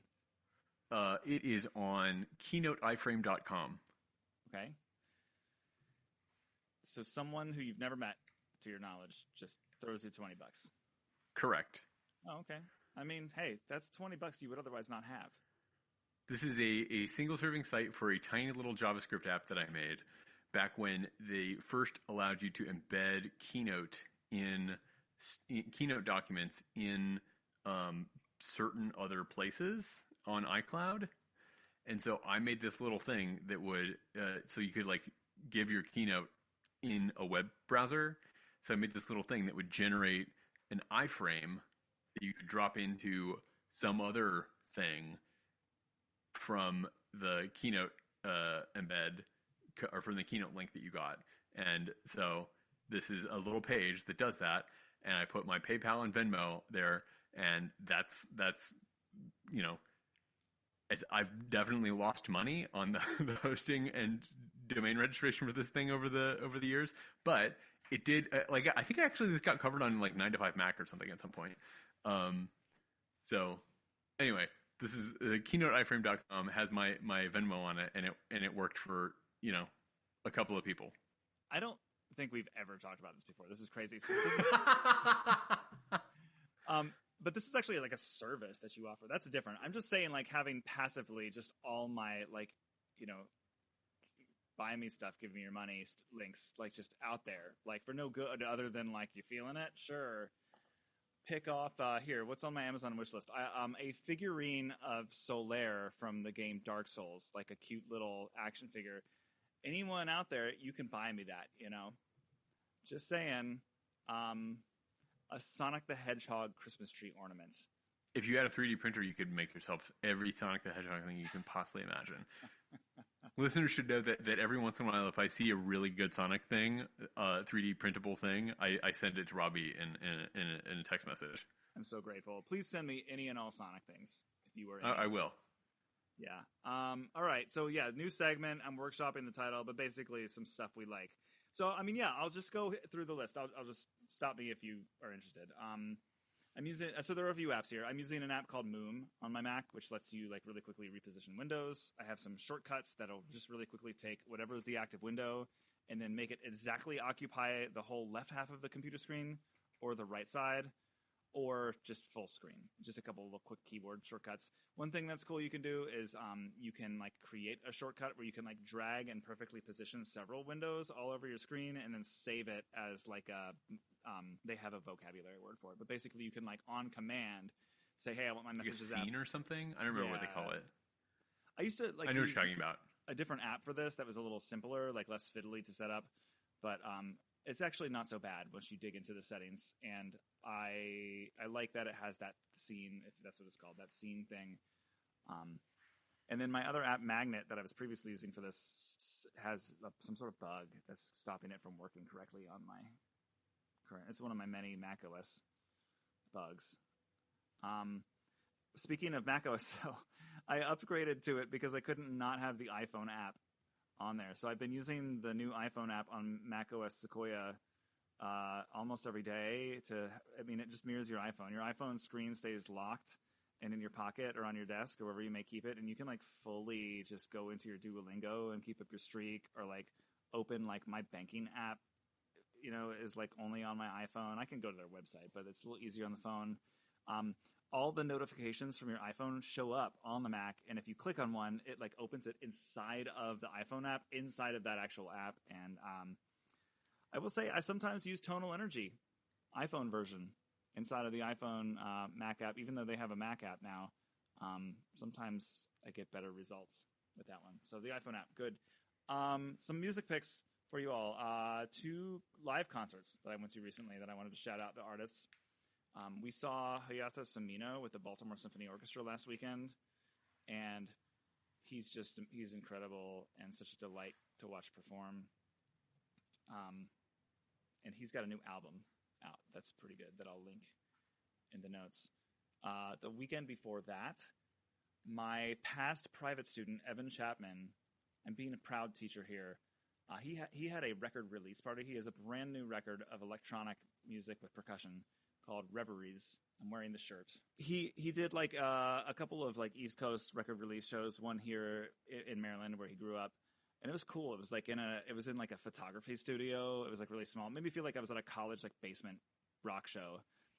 There was an opening act, and then he had like another percussionist friend of his covering some of the parts, and then like a whole like Logic rig with all the electronic stuff. And he was primarily seated at a drum set with some auxiliary percussion. His friend had a floor tom, and they were just doing like really innovative and cool stuff that was so fun to watch live. Like, this is the kind of music where you can just hit spacebar on the computer and like have it all play back. But like they were covering like a lot of the stuff that he had recorded on the record, and then the stuff that needed effects processing was like rigged up to a Logic Pro session that was like behind him. And then they were doing cool stuff like the rim of the floor tom had a trigger, like it would sample a cool sound every time he would hit it.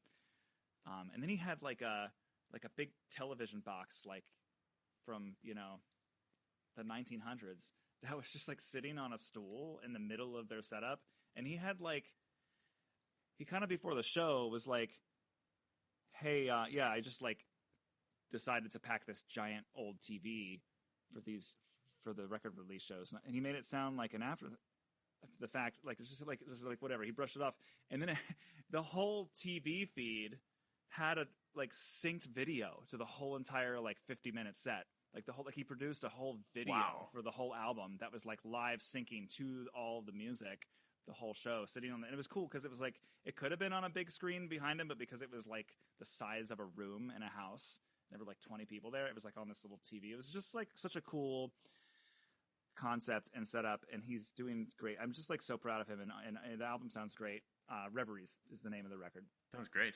Yeah, really cool. I'll link it in the notes. Okay, some other media, not music or app related. I just wanted to shout out The Bear Season 3. We're working through that. Very good. I haven't seen Season 3, but I've seen Season 1 and 2, and they're excellent. Yes. Really enjoying Season 3 so far. In gaming world, I finished Dark Souls 3 last month. Hey, congratulations. Thank you. It was one of the most exhilarating video games I've ever played in my life. Some of the hardest bosses I've ever played. Like moments where I said, I'm like, this is my 4th Souls game now, and I was like, I don't actually know if I'm going to be able to do this one, and then I did. And that's what you do it for. You do it for the feeling of doing the impossible, the thing you didn't think you could do. Then you wake up the next morning and you say, you know what, I think I can teach period 1 band first thing in the morning now. If I can defeat, Midir, the Dark Eater. Right? Do you tell your students that? Yeah, I do. I'm like, do you think you can't play this passage? Well, last night I defeated Gale in Dark Souls 3, and they're like, isn't that really hard one? And I'm like, yeah. And then it is the really hard one. I'm just really good at games. A kid once, and this has happened several times. A kid said like, oh yeah, I tried that game once. It was too hard. And then I said, well, then get good. And then everyone went, oh, and I felt good about myself. there's a lot of nerdy kids in a university music composition studio, as you might imagine, and so there's sometimes someone will ask a question in our composition studio masterclass, and they'll get the response, "That sounds like a skill issue." It's great. Yeah. Not from me, from another student. Yeah. I mean, it's funny because it's like so obnoxious when you're on a Reddit message board and somebody is telling you to get good or that it is a skill issue when you're asking for genuine help. But if you're like on the receiving end of it, or if you see it happen enough that it's like you can know when someone is sarcastically telling it to you, like as a nod to how ridiculously unhelpful it is. Just as a way to like establish community, then I think it can be very fun. Like I've worked get good and skill issue into my everyday vocabulary. Love it. Then I moved on to The Legend of Zelda: The Echoes of Wisdom, which is very easy and light and cute and fun. Highly recommend. Are you enjoying it?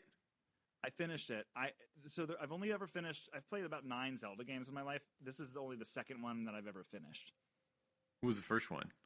Tears of the Kingdom. Okay, good. So I hadn't played any Zeldas between Majora's Mask and Tears of the Kingdom.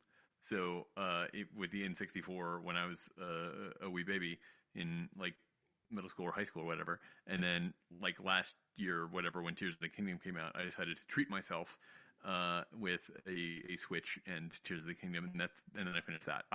So my partner and I mentioned earlier, she's a big video game nerd. She likes physical media. I have always been buying my Switch games on the online store, but she also wanted to play this game, and so we thought, well, we could get the cart, and then we could share it, and it would be cheaper.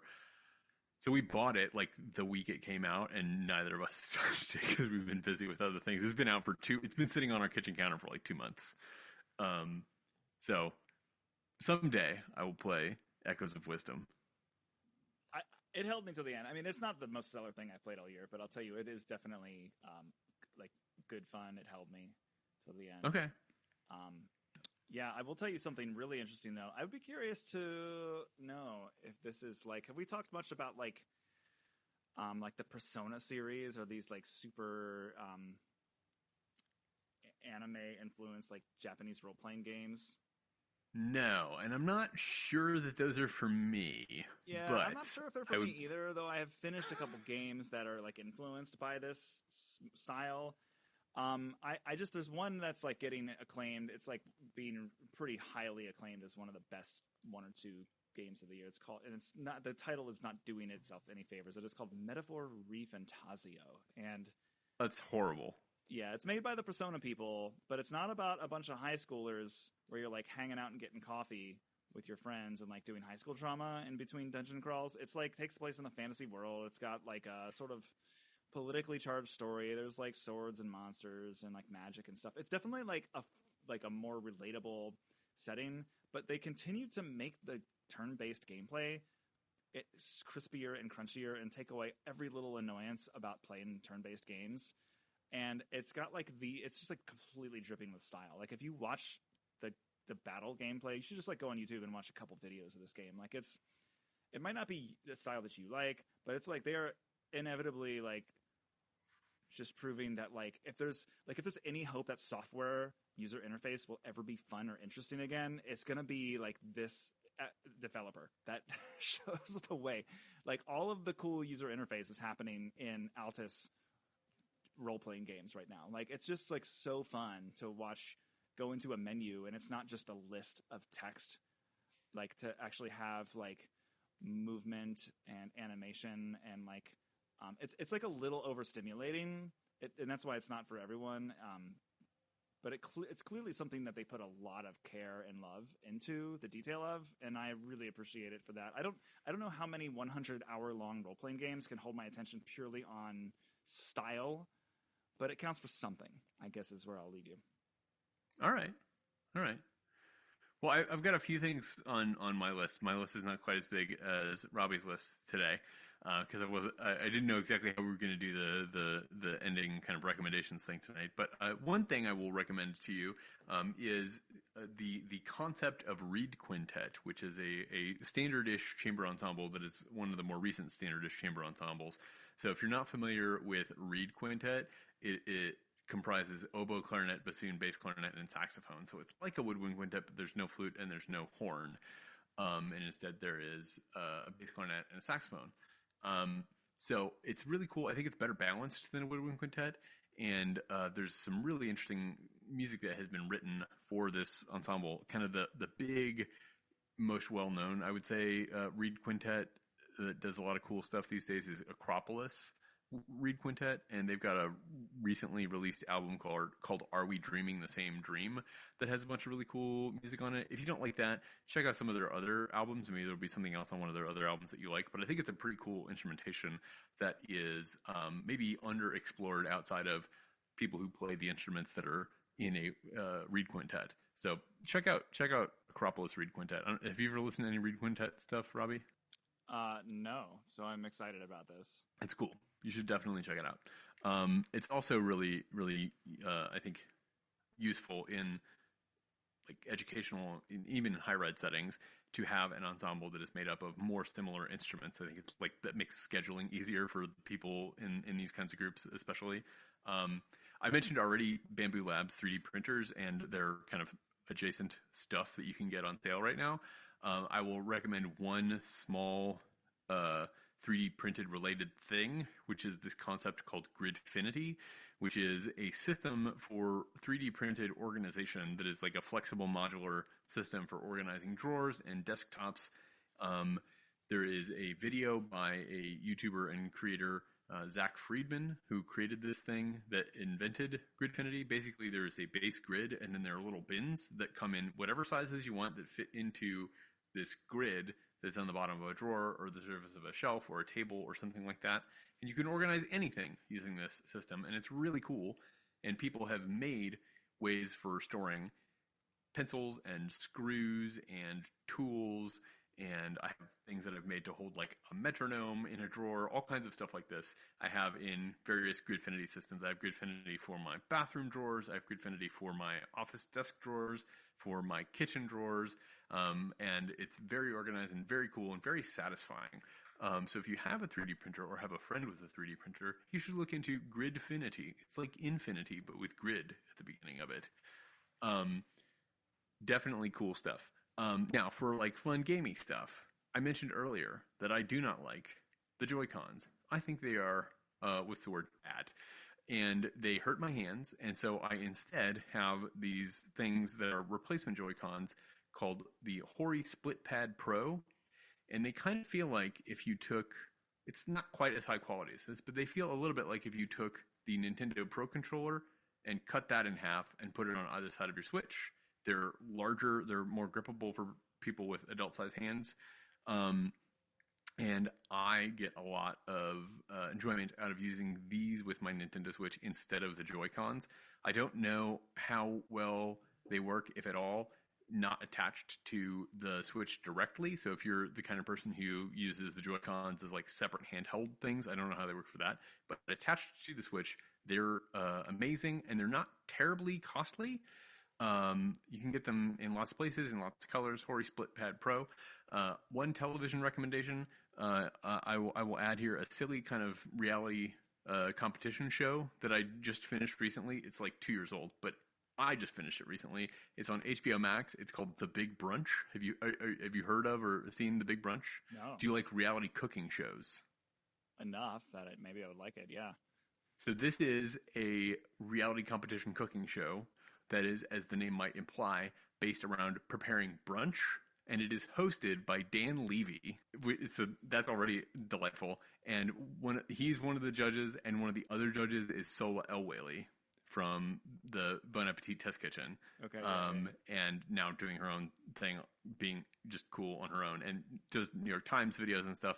And then there's another judge whose name I can't remember, who is not as well known in media, but is well known as a front of house restaurant consultant kind of person. And so anyway, it's a really good show, very like wholesome and fun as reality cooking competition shows go, and delightful kind of unwind at the end of the day type of thing. And then one game that I will give you is the opposite of all of Robbie's games, and it is called Golf It. It is on Steam, and it is a mini golf game that you can play remotely online with friends. So if you have friends that don't live locally and you want to just like do a goofy thing and hang out with your friends, Golf It is great. I played this with some of my graduate school friends a few weeks ago. We were supposed to hang out and do something else, and we had to reschedule for various reasons. And we ended up just hanging out on a Discord video chat and playing Golf It. You can like download user-generated mini golf courses, and there's all kinds of just like crazy stuff that people have made for Golf It courses, and it's just really fun and goofy. So check it out. It's pretty inexpensive. I don't remember how much it costs on Steam, but it's pretty inexpensive, and it's a lot of fun. Sounds like a lot of fun. Oh, you reminded me. I was supposed to tell you why I have not been desiring to use my to stream games to my phone. It's because I bought a Steam Deck. I also have one of those. Yeah, not to be confused with the Stream Deck, the grid of buttons we mentioned earlier that can be used to do stuff on your computer. But in fact, the small handheld gaming console, it's actually not very small, but that can play your Steam library. But I've done some cool stuff with it. Did I tell you the fun hacky stuff I did with it? No. Oh, well, let's just make this. We failed at making this short, so let's just keep it going. I installed a third-party app because you can like flip this thing over to desktop Linux and do whatever you want. And I installed two really cool apps, each of which that can let you stream Xbox and PlayStation games to the device. Nice. And then you can put those apps inside of your Steam library alongside your other games, so you can kind of get to it all. And then I installed. There's this whole suite. I'll have to look it up and put it in the notes for any people who like this kind of stuff. But like, there's a suite of emulation that you can install that's designed. I have some emulators. Yeah, and there's one that you can install where it just does everything for you. Like, it installs all the emulators. It gives you a folder that you drag your ROMs into, and then what it does is like all in line again with your Steam library and SteamOS mode are these like your games show up right alongside them. And then launch in the appropriate emulators. You never get bounced into weird Linux mode again. It's just really nice. And and then I installed. There's a plugin that I installed that lets you do some stuff with the OS. Like I wanted to do custom artwork for some of my ROMs. But the plugin, I thought it was going to be sketchy and weird, but the plugin actually integrates right into seamlessly into the user interface of SteamOS. So like, it adds buttons and options to the settings, but they all show up in line with the operating system as if they're a native part of the experience. So like, I just have like extra buttons now on my screen to edit the like landscape artwork for a game and like the cartridge, whatever, like the box art, whatever that is called. And I'll look up what it's called. I forget the name of what that plugin was, but I've just been having kind of a fun time. Nice. Tweaking it, and it's really reliable at streaming PlayStation games. Like, I beat some really tough Dark Souls bosses on the Steam Deck. Wow. PlayStation. Yeah, it's like responsive enough. That's pretty cool. Yeah. That's really cool. Nice, man. I'll have to check that out. Yeah, Steam Deck is really cool. Did you get the Steam Deck OLED? No. I bought it used from a friend of the show, Craig McClellan. Oh, okay. Nice. And I bought it to play, to fiddle around with, because he was not playing it, so he sold it to me for a very good price. But Editor J was really bullying me to play Stardew Valley with them on the and it was like, is this going to be the thing where you come to Switch, or the kind of thing where we come to Steam? Mary was surprisingly like persuaded to go Team Steam, and so Mary plays it on her MacBook. I play it on the Steam Deck. We bought it twice. So and she was like, oh, maybe we'll want to do the mods someday. So, and maybe we will. That's true. You can't do the mods really on the Switch. But we've had a lovely time, at like 10 p.m. just like, doing a couple days of. You kids still awake at 10 p.m. Yeah, I mean, well, it's 10 p.m. here now. This is the only time I can play any games or watch catch up on anything, or even like ride my exercise bike for 20 minutes. So. Yeah. Well, maybe I should let you go and play your Stardew Valley.